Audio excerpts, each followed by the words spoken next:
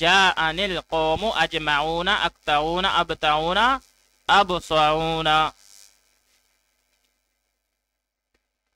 اسی طرح جمع مؤنث عاقل اور غیر عاقل کے لیے یہ فعالو کے وزن پر آتے ہیں، جیسے جاءتنی نسوۃ جمعو قطعو بتعو بسعو۔ تو یہ اجمعو اکتعو ابتعو ابسعو کا استعمال ہوا واحد مذکر کے لیے افعالو کے وزن پر، واحد مؤنث کے لیے فعلاؤ کے وزن پر، جمع مذکر کے لیے افعالونا کے وزن پر، اور جمع مؤنث عاقل اور غیر عاقل کے لیے فعالو کے وزن پر آتے ہیں۔ یہاں پر ایک بات اہم ہے اور وہ یہ ہے کہ یہ سارے الفاظ جو ہے یہ اجماعوں کے تابع ہیں، یعنی اجماعوں کے علاوہ بھی نہیں آتے اور اس سے مقدم بھی نہیں ہوتے، اس لیے کتاب نہ مطبوع کے بغیر آتا ہے اور نہ اس پر مقدم ہوتا ہے، جیسے اشتریت الغلام اجمع اکتع ابتع ابصع وغیرہ۔ آئیے اب تاکید کے مقاصد پڑھتے ہیں۔ تاکید کا مقصد کسی چیز کا اثبات اور اس کی توضیح یعنی وضاحت ہے، جیسے جاء زید زید، آ گیا زید زید۔ یہاں زید سے تاکید اس لیے کی گئی کہ یہ ثابت کیا جائے کہ بھائی واقعی زید ہی آ گیا ہے۔ تاکید کا دوسرا مقصد مجاز کے توہم کو دور کرنا، جیسے ذہبت انا یا ذہبت بنفسی، میں خود گیا۔ یہاں ذہبتو کا مطلب یہ ہے کہ کوئی اور مجاز نہیں گیا بلکہ میں خود گیا۔ تیسرا مقصد تاکید کا وہ ہے عدم شمول کے توہم کو دور کرنا، یعنی یہ وہم دور کرنا کہ اس حکم میں سب کی شمولیت نہیں ہوئی، جیسے جاء القوم کلہم، اب آمد کے عمل میں پوری قوم شریک ہے بلا استثناء۔ شک تھا کہ پوری قوم نہیں آئی ہوگی بلکہ بڑے بڑے سرداروں پر قوم کا اطلاق کیا ہوگا، لیکن کلہم نے یہ ابہام دور کر دیا۔ اسی طرح سہوا کے توہم کو دور کرنا، یعنی یہ بتانا کہ یہ بات یوں ہی غلطی سے میری زبان سے نہیں نکلی بلکہ میں پورے شعور کے ساتھ کہہ رہا ہوں، جیسے نعم نعم ھذا ولدی، ہاں ہاں یہ میرا بیٹا ہے۔ تو تاکید کے مقاصد چار ہیں: کسی چیز کا اثبات اور اس کی توضیح، مجاز کے توہم کو دور کرنا، عدم شمول کے توہم کو دور کرنا، سہوا کے توہم کو دور کرنا۔ الفاظ تاکید کا دوسرا استعمال، یعنی تاکید کے الفاظ تاکید کے علاوہ اور معنوں میں بھی استعمال ہوتے ہیں، جیسے جب یہ بغیر اضافت کے ہوں تو بجائے تاکید کے حال واقع ہوتے ہیں، جیسے حضر الطلاب جمیعا، سبھی طلباء حاضر ہوئے۔ یہاں پر جمیعاً جو ہے یہ الطلاب کے لیے حال ہے، کیونکہ یہاں پر یہ بغیر اضافت کے استعمال ہوئے ہیں۔ اسی طرح اس میں ظاہر کی طرف مضاف ہو تو ان پر تاکید کے احکام نافذ نہیں ہوتے، اس وقت ان کا اعراب عامل کے موافق ہوگا، اور یہ عامل کے موافق فاعل، مفعول، مبتدا یا خبر وغیرہ واقع ہوتے ہیں، جیسے حضر جمیع الاساتذۃ، تو یہاں پر جمیع الاساتذۃ مضاف مضاف الیہ مل کر فاعل ہے حضر فعل کے لیے۔ اسی طرح اکرمت کل زملائی، کل زملائی مضاف مضاف الیہ مل کر یہاں پر یہ مفعول بھی ہی ہے، اکرمت فعل با فاعل کے لیے۔ اسی طرح ادرس فی نفس المدرسۃ، تو یہاں پر نفس المدرسۃ مضاف مضاف الیہ مل کر یہ مجرور ہے فی جارہ کے لیے، اور یہ جار مجرور مل کر متعلق ہے ادرسو فعل با فاعل کے لیے۔ تو بھائی جب یہ بغیر اضافت کے ہوں تو وہاں پر یہ حال واقع ہوں گے، اور جب اس میں ظاہر کی طرف مضاف ہو تو وہاں پر ان کا اعراب عامل کے موافق ہوگا، اور عامل کے موافق یہ یا تو فاعل بنے گا یا مفعول بھی یا مبتدا یا خبر واقع ہوں گے۔ اجرا بمائے ترکیب، سجد الملائکۃ کلہم اجمعون، تمام فرشتوں نے سجدہ کیا۔ اب یہاں پر سجدہ فعل ہے، فعل ماضی، الملائکۃ مؤکد، کلہم مضاف مضاف الیہ مل کر اس کے لیے تاکید اول، اجمعون تاکید ثانی، مؤکد اپنی دونوں تاکیدوں سے مل کر فاعل ہوا فعل کے لیے، سجدہ فعل اپنے فاعل سے مل کر جملہ فعلیہ خبریہ ہوا۔ جاءنی القوم کلہم، میرے پاس ساری قوم آئی۔ جاءنی، جاء فعل نون وقایہ کا، یا ضمیر برائے واحد متکلم منصوب محلاً مفعول بھی مقدم، القوم مؤکد، اور اس کے لیے آگے تاکید آئی ہے کلہم، کل مضاف، ہم ضمیر مجرور متصل مضاف الیہ، مضاف اور مضاف الیہ مل کر تاکید ہوا مؤکد کے لیے، مؤکد تاکید مل کر فاعل ہوا جاءنی فعل کے لیے، فعل اپنے فاعل اور مفعول بھی سے مل کر جملہ فعلیہ خبریہ ہوا۔ جاءنی زید نفسہ، زید خود ہی آیا۔ جاءنی، جاء فعل نون وقایہ کا، یا ضمیر برائے واحد متکلم منصوب محلاً مفعول بھی مقدم، زید مؤکد، نفسہ نفس مضاف، ہو ضمیر مجرور متصل مضاف الیہ، مضاف اور مضاف الیہ مل کر تاکید ہوا زید مؤکد کے لیے، مؤکد اپنی تاکید سے مل کر فاعل ہوا جاءنی فعل کے لیے، فعل اپنے فاعل اور مفعول بھی سے مل کر جملہ فعلیہ خبریہ ہوا۔